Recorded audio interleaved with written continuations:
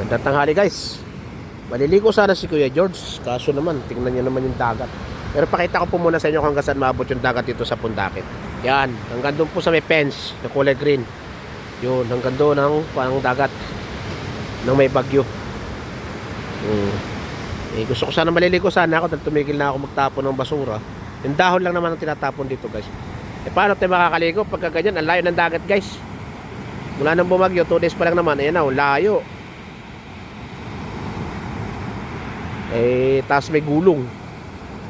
Yun, walang naliligo kahit isa. Meron magpakabayaan eh. Laki ko pa naman para akong butete dyan na lulutang-lutang. Aponis Island. Ayan na. Mga alon no.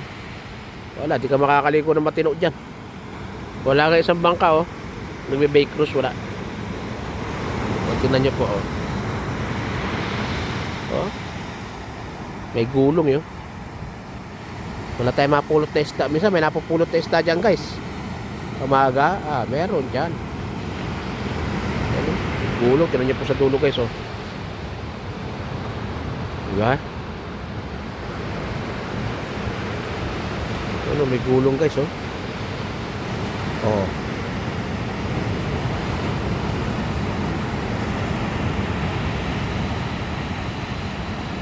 Wala. Doon ang malinaw sa malayo. Ay di na lang. Next na lang. Next time na lang. Pero doon po sa dulo pwede. Ayun o.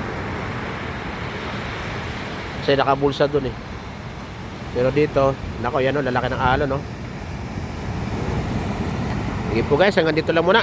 Maraming po salamat sa lahat ng nanonood, nagpapalo, nagla-like, nag-share, nagpupuso. Sa mga nagbibigay po ng tala, shout out po sa inyo lahat. Hindi ko na po kayo may isa-isa. Maraming po salamat. Solid Team We, belated happy anniversary sa inyo lahat. I love you all, Solid Team We, Team Masayahin. Sa inyo lahat mga kaibigan.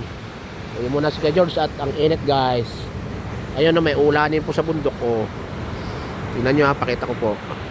Ayan o. Diba? Bundok ng San Antonio.